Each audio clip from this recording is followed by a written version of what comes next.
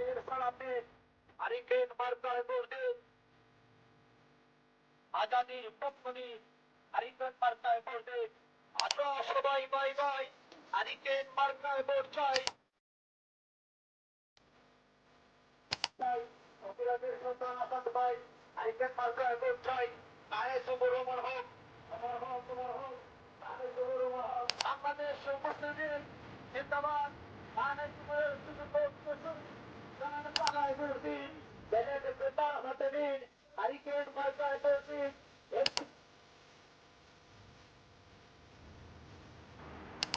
বাংলাদেশের মহান জাতীয় সংসদে যে সমস্ত সিদ্ধান্ত নেওয়া হবে আধিপত্যবাদ বিরোধী, আধিপত্যবাদের শক্তির পক্ষে জননেতা জনাব খান আসাদ।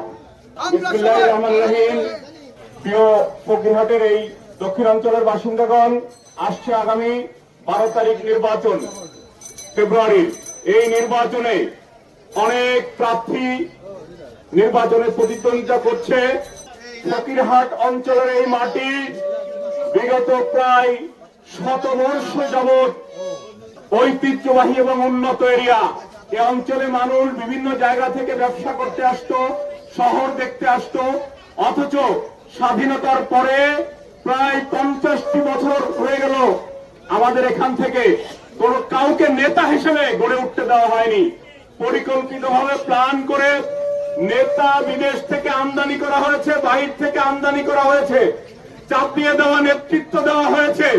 আমি মরহুম খানে সবুরের বংশের সুযোগ্য উত্তরসূরি এবং উপমহাদেশের অন্যতম প্রাচীন রাজনৈতিক দল মুসলিম লীগ থেকে এবং ফকিরহাটের সন্তান হিসেবে আপনাদের কাছে এসেছি। আপনাদেরকে বলি, যে জাতি তার ইতিহাস মনে রাখে না, যে জাতি তার অতীতকে স্মরণ করে না, সেই জাতি ভবিষ্যৎ অন্ধকার দেখে, সেই জাতি তার ভবিষ্যৎ খুঁজে পায় না, ভবিষ্যৎ ধ্বংসস্তূপের ছায়ে পরিণত হয়। 1204 থেকে 1757 সাল পর্যন্ত 554 বছর এই বাংলা শাসন করেছিল মুসলমানরা। কিন্তু 1757 সালে ইংরেজ বাহিনী নবাব সিরাজউদ্দৌলাকে পরাজিত করার পরে আমাদেরকে যে গোলামীর জিঞ্জিরে আবদ্ধ করেছিল, 200 বছর এ অঞ্চলের মানুষ গোলামীর জিঞ্জিরে আবদ্ধ ছিল। শাসক জনগোষ্ঠী যারা রাষ্ট্র শাসন করেছে তারা লিঙ্কিওয়ালা ফকির বিস্তীর্ণ জাতিতে পরিণত হয়েছিল। শুধুমাত্র তারা তাদের হারানো ঐতিহ্য, হারানো গৌরব তারা তুলে ধরতে পারেনি, নিজেরা ধ্বংসস্তূপের ছায়ে পরিণত হয়েছিল।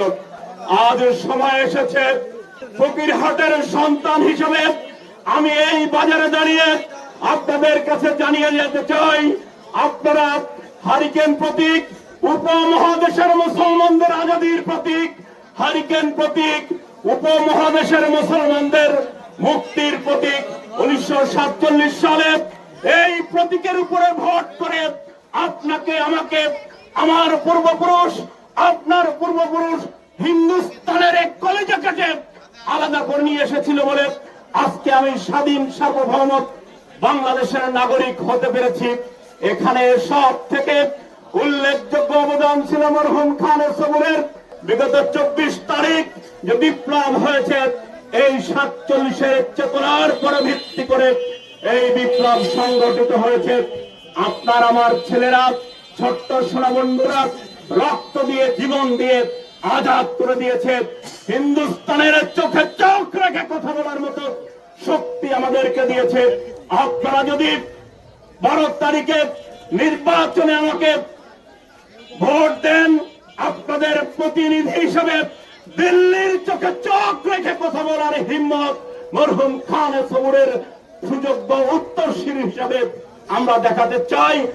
আর কোন গোলামি নয়, আর কোন আপোষ নয়, নতুন কোন গোলামির জিঞ্জির আর এদেশবাসীকে পড়াতে দেওয়া হবে না।